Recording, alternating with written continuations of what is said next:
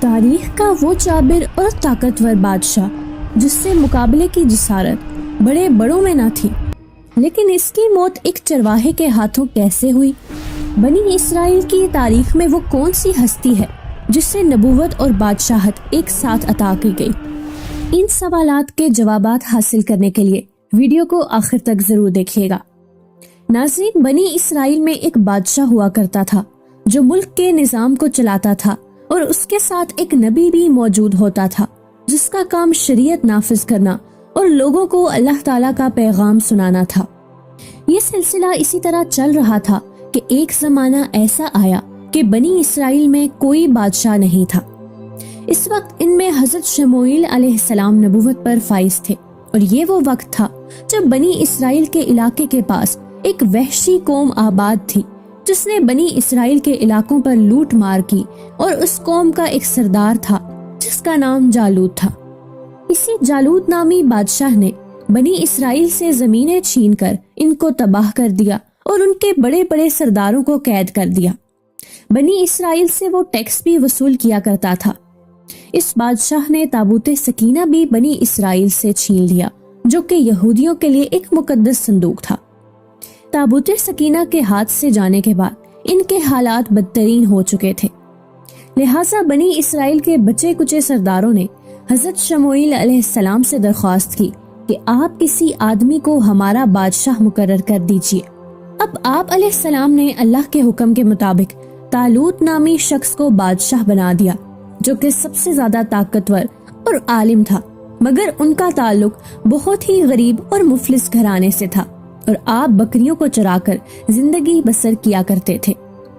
طالوت کے بادشاہ مقرر ہونے پر بنی اسرائیل نے اعتراض کیا کہ طالوت شاہی خاندان سے نہیں، اور اس سے زیادہ تو بادشاہت کے حقدار ہم لوگ ہیں۔ بنی اسرائیل کے ان اعتراضات کا جواب دیتے ہوئے حضرت شموئیل علیہ السلام نے فرمایا کہ اللہ تعالیٰ نے اسے تم پر چن لیا ہے اور اسے علم اور جسم میں کشادگی عطا کی ہے، اور اللہ اپنا ملک جسے چاہے دے۔ ساتھ ہی تسلی دیتے ہوئے کہا کہ طالوت کے دور حکومت میں تابوت سکینہ بھی واپس آ جائے گا۔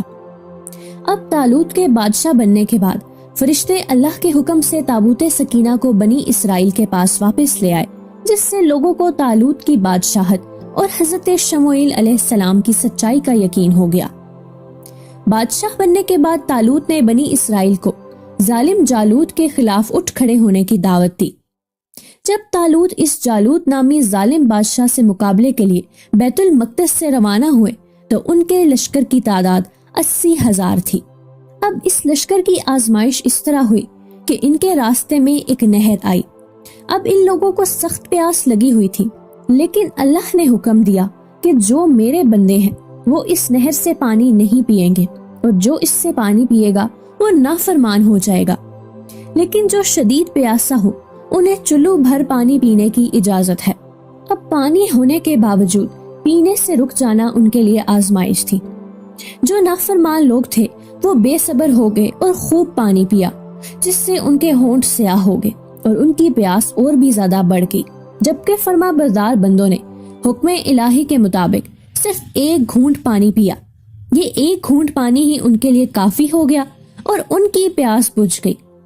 اب پورے لشکر میں صرف 313 لوگوں نے اللہ تعالیٰ کی اطاعت کی اور زیادہ پانی نہیں پیا۔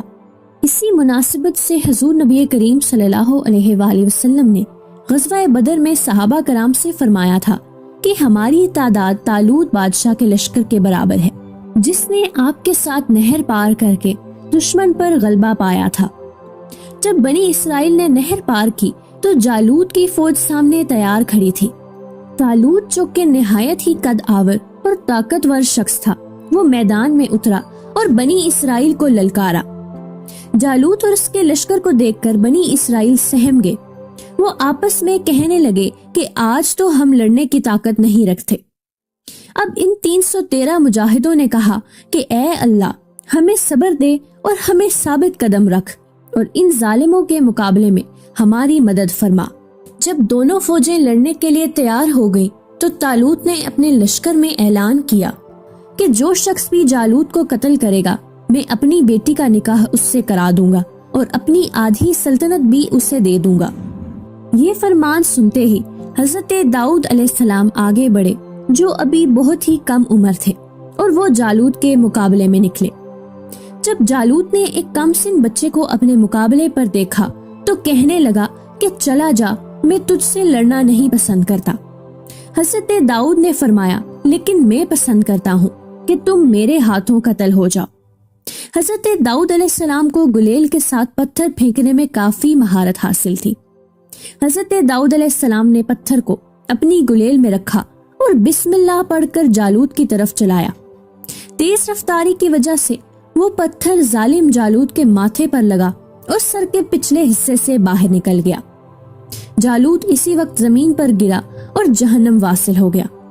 اس پر طالوت اور بنی اسرائیل نہایت ہی خوش ہوئے اور جالوت کے قتل ہونے سے اس کا لشکر بھی بھاگ نکلا اور طالوت کو فتح حاصل ہوئی۔ اب اپنے اعلان کے مطابق طالوت نے حضرت داؤد علیہ السلام کے ساتھ اپنی بیٹی کا نکاح کرا دیا اور اپنی آدھی سلطنت کا انہیں بادشاہ بنا دیا۔ پھر تقریباً 40 سال بعد جب طالوت کا انتقال ہوا تو حضرت داؤد علیہ السلام پوری سلطنت کے بادشاہ بن گئے۔ حضرت شموئیل علیہ السلام کے انتقال کے بعد اللہ پاک نے آپ کو نبوت کے عہدے پر فائز کیا۔ حضرت داؤد علیہ السلام ہی بنی اسرائیل کے وہ پہلے شخص تھے جنہیں بادشاہت اور نبوت دونوں عطا کی گئی۔